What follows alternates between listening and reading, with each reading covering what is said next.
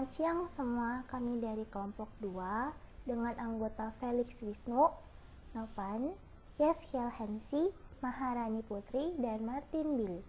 Di sini kami akan menjelaskan atau mempresentasikan tentang materi Pancasila dalam kajian sejarah bangsa Indonesia.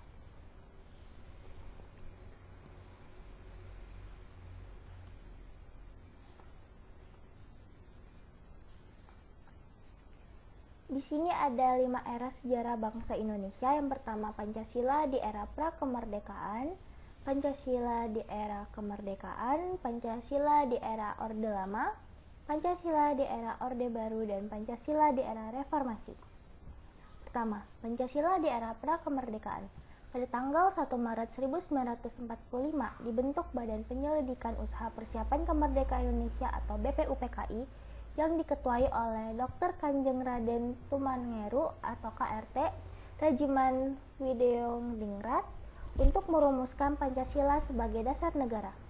Terdapat usulan pribadi yang dikemukakan dalam sidang BPUPKI yaitu Muhammad Yamin, Soekarno, dan Supomo.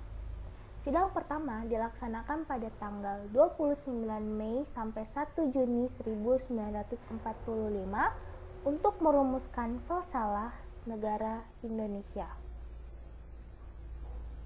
Dari Muhammad Yamin pada tanggal 29 Mei 1945, ia mengemukakan 5 asas bagi negara Indonesia, yaitu sila pertama, kebangsaan, sila kedua, kemanusiaan, sila ketiga, ketuhanan, sila keempat, kerakyatan, dan sila kelima, kesejahteraan rakyat.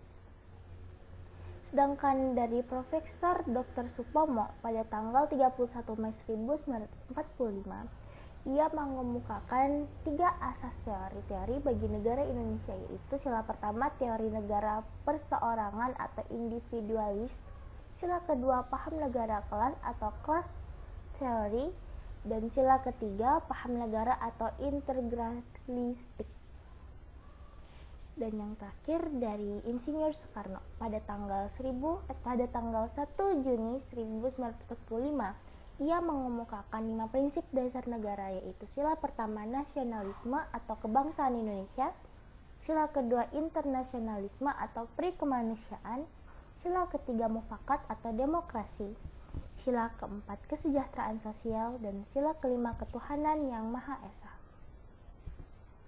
Pada tanggal 18 Agustus 1945, Piagam Jakarta disahkan pada sidang PPKI dalam pembentukan Undang-Undang Dasar 1945. Naskah Piagam Jakarta ini ditulis dengan menggunakan ejaan Republik dan ditandatangani oleh Insinyur Soekarno, Muhammad Atta, A.A. Marinis, Abdul Qadir, H.A. Salim, Achmad Subadjo, Abi Koeno, K.H. Wahid, Hasdim, dan Muhammad Yamin. Pada tanggal 22 Juni 1945, Piagam Jakarta diperbandingkan rumusannya menjadi 1. Ketuhanan yang Maha Esa, kemanusiaan yang adil dan beradab, persatuan Indonesia, kerakyatan yang dipimpin oleh hikmat kebijaksanaan dalam permusyawaratan perwakilan, serta keadilan sosial bagi seluruh rakyat Indonesia. 2. Pancasila di era kemerdekaan 17 Agustus 1945. Secara ilmiah, proklamasi kemerdekaan dapat mengandung pengertian sebagai berikut. Yang pertama, pembentukan Negara Republik Indonesia Serikat atau RIS sebagai hasil dari konferensi meja bundar KMB, maka ditandatangani oleh suatu persetujuan mental resolusi oleh Ratu Belanda Juliana dan Wakil Pemerintahan Republik Indonesia di kota Den Haag pada tanggal 27 Desember 1949. Maka berlaku pula secara otomatis anak-anak persetujuan hasil KMB lainnya dengan konstitusi RIS. Yang kedua, secara politis, negara proklamasi mengandung arti bahwa bangsa Indonesia terbatas nasib sendiri dalam suatu negara proklamasi negara Indonesia. Kemudian pada tanggal 18 Agustus pada rapat PPKI ditetapkanlah Undang-Undang Dasar 1945 dan Presiden serta wakilnya. Sesudah itu dimulailah pergolakan politik dalam negeri. Yang ketiga, sebelum persetujuan KMB, bangsa Indonesia telah memiliki kedaulatan. Oleh karena itu, pada persetujuan 27 Desember 1949 tersebut bukannya penyerahan kedaulatan melainkan pemulihan kedaulatan atau pengakuan kedaulatan. Keempat, Konstitusi RIS menentukan sifat pemerintah berdasarkan asas demokrasi liberal, di mana menteri bertanggung jawab atas seluruh kebijaksanaan pemerintah terhadap parlemen, pasal 118 ayat 2. Yang kelima, Mukadimah RIS. Setelah penghapusan sama sekali jiwa dan semangat maupun isi pembukaan Undang-Undang Dasar 1945, proklamasi kemerdekaan sebagai naskah proklamasi yang terinci. Yang keenam, dari sudut ilmu, negara proklamasi merupakan saat tidak berlakunya tertib negara dan saat mulainya berlaku tertib negara nasional. Yang ketujuh, Konstitusi RIS menentukan bentuk negara serikat federalis, yaitu 16 negara, pasal 1 dan 2. Yang ketiga, Pancasila era Orde Lama. Ada 3 periode penerapan Pancasila di era Orde Lama. Di setiap periode penerapannya pun berbeda-beda. Ini dikarenakan karena kondisi sosial budaya masyarakat yang terjajah menjadi masyarakat merdeka. Masa Orde Lama ini merupakan pencarian dari penerapan Pancasila dalam sistem kenegaraan. Ada 3 periode Pancasila di era Orde Lama, yaitu periode 1945 sampai 1950. Pada periode ini banyak sekali tantangan yang harus dihadapi Pancasila, mulai dari upaya-upaya menggantikan Pancasila sebagai dasar negara, sampai dengan terjadinya pemberontakan untuk mengganti ideologi. Pemberontakannya yaitu antara lain satu, pemberontakan PKI atau Partai Komunis Indonesia di Madiun pada tanggal 18 September 1948. Pemberontakan yang dipimpin oleh Mussolini bertujuan untuk mendirikan negara Soviet Indonesia dengan ideologi komunis. Pemberontakan ini ditandai dengan didirikannya Negara Islam Indonesia atau NII oleh Kartosuwiryo pada tanggal 17 Agustus 1949. Yang kedua, pemberontakan Darul Islam yang dipimpin oleh Sekar Maji Marijan Kartosuwiryo. Pemberontakan ini bertujuan untuk mengganti Pancasila dengan syariat Islam. Yang kedua, periode 1950 sampai 1959. Pada penerapan periode ini mengarahkan Pancasila seperti ideologi liberal. Di periode ini pun masih ada beberapa pemberontakan, antara lain satu, RMS atau Republik Maluku Selatan. Tujuannya untuk memisahkan dengan sepenuhnya atas Maluku dari NKRI. Yang kedua, PRRI atau Pemerintah Revolusioner Republik Indonesia. Tujuannya adalah untuk mendorong pemerintah supaya memperhatikan pembangunan negara secara menyeluruh. Sebab pada saat itu pembangunan hanya berfokus pada Pulau Jawa saja. Meskipun alasannya ini bagus atau benar, namun cara yang digunakan PRRI ini salah. PRRI menuntut pada pemerintah pusat dengan nada paksaan, sehingga pemerintah menganggap bahwa tuduhan itu bersifat memberontak. Yang ketiga, perjuangan rakyat semesta atau permesta yang ingin lepas dari NKRI.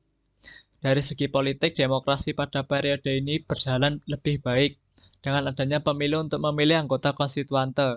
Namun konstituante gagal menjalankan tugasnya hingga Presiden Soekarno mengeluarkan dekret Presiden tanggal 5 Juli 1959 yang isinya membubarkan konstituante dan memakai kembali Undang-Undang Dasar 1945. Yang ketiga, periode 1956 sampai 1965.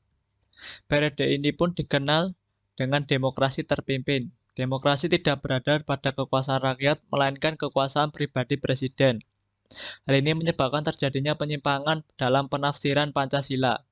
Pada masa ini, Presiden Soekarno dianggap menjadi otoriter karena ingin diangkat menjadi presiden seumur hidup.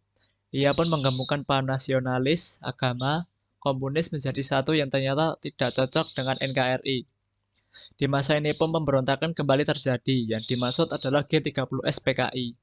Pada 30 September 1965, yang dipimpin oleh DN Aidit, tujuan pemberontakan tersebut adalah mendirikan negara Soviet Indonesia dan mengganti Pancasila dengan paham komunis. Oke teman-teman, selanjutnya adalah Pancasila era Orde Baru. Era Orde Baru dalam sejarah Republik ini merupakan pemerintahan yang terlama teman-teman, dan bisa juga dikatakan sebagai pemerintahan yang paling stabil. Stabil dalam arti tidak banyak gejolak yang mengemuka. Di era Orde Baru, yakni stabilitas dan pembangunan serta-merta tidak lepas dari keberadaan Pancasila. Pancasila begitu gencar ditanamkan nilai dan hakikatnya kepada rakyat, dan rakyat tidak memandang hal tersebut sebagai sesuatu yang mengganjal. Nah teman-teman, Pancasila Orde Baru ini terjadi pada pemerintahan Presiden Soeharto. Nah pada tahun 1968 Presiden Soeharto mengeluarkan instruksi Presiden nomor 12 tahun 1968 tadi, yang menjadi panduan dalam mengucapkan Pancasila sebagai dasar negara. Nah apa isinya dari Dekret Presiden tahun 1998 ini? Mari kita lihat teman-teman.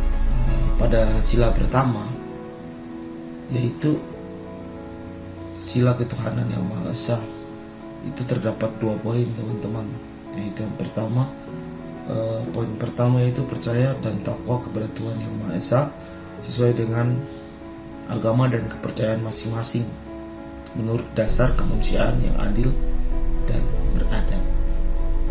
Dan yang kedua yaitu menghormati dan bekerja sama antar pemeluk agama dan penganut kepercayaan yang berbeda-beda sehingga terbina kerukunan hidup. Itu adalah yang terjadi di sila pertama. Nah, yang terjadi di sila kedua, sila kemanusiaan adil dan beradab, itu terdapat 3 poin teman-teman. Yang pertama itu poin mengakui persamaan derajat, persamaan hak, dan persamaan kewajiban antar warga negara dan sesama manusia. Poin yang kedua yaitu saling mencintai sesama warga negara. Dan poin yang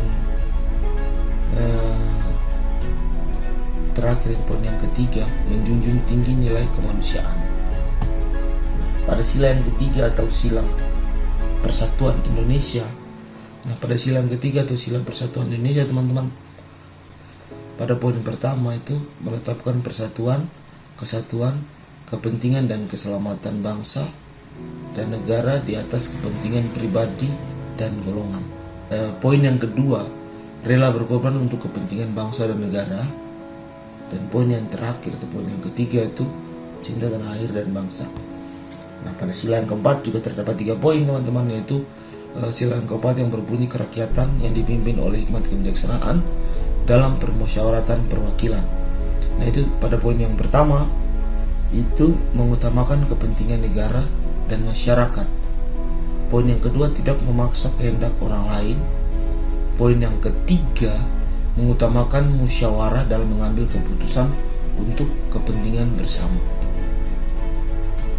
Untuk sila keadilan sosial bagi seluruh rakyat Indonesia atau sila yang kelima dalam Dekret Presiden Soeharto, itu pada poin pertama mengembangkan perbuatan-perbuatan yang luhur, mencerminkan sikap dan suasana kekeluargaan dan kegotong royongan. Dan poin yang kedua bersikap adil. Poin yang terakhir atau poin yang ketiga menjaga keseimbangan antar hak dan kewajiban. Jadi begitu teman-teman penjelasan saya tentang Pancasila di era Orde Baru ini. Selanjutnya adalah Pancasila di era Reformasi. Oke, sekarang kita akan membahas yang kelima, ada Pancasila era Reformasi. Menurut Koento Wibisono tahun 2001, tahapan perkembangan Pancasila sebagai dasar negara ada 3 tahap, yaitu Yang pertama pada tahap 1945 sampai dengan 1968 sebagai tahap politis. Orientasi pengembangan Pancasila diarahkan kepada nation and character building. Pancasila sebagai dasar negara, misalnya menurut Noto Nagoro dan Triarkara. Kedua ilmuwan tersebut menyatakan bahwa Pancasila mampu dijadikan pangkal sudut pandang dalam mengembangkan ilmu pengetahuan. Noto Nagoro menyatakan bahwa pembukaan UUD 1945 merupakan start fundamental norm yang tidak dapat diubah secara hukum oleh siapapun. Tahap yang kedua, pada tahun 1969 sampai dengan 1994 sebagai tahap pembangunan ekonomi. Orientasi pengembangan Pancasila diarahkan pada bidang ekonomi. Akibatnya cenderung menjadikan ekonomi sebagai ideologi. Pada tahap ini, pembangunan ekonomi menunjukkan keberhasilan secara spektakuler. Walaupun bersamaan dengan itu muncul gejala ketidakmerataan dalam pembagian hasil pembangunan. Tahap yang ketiga pada tahun 1995 sampai dengan 2020 sebagai tahap repositioning Pancasila. Reposisi Pancasila sebagai dasar negara yang mengandung makna Pancasila harus diletakkan dalam keutuhannya dengan pembukaan UUD 1945 sebagai konsensus dasar dari berdirinya bangsa ini. Yang diperlukan dalam konteks era reformasi adalah pendekatan-pendekatan yang lebih konseptual, komprehensif, konsisten, integratif, sederhana, dan relevan dengan perubahan-perubahan yang terjadi dalam kehidupan masyarakat, bangsa, dan negara. Sekian adalah presentasi dari kelompok kami. Apabila dalam menyampaikan ada yang kurang, kami mohon maaf yang sebesar-besarnya. Terima kasih atas perhatiannya.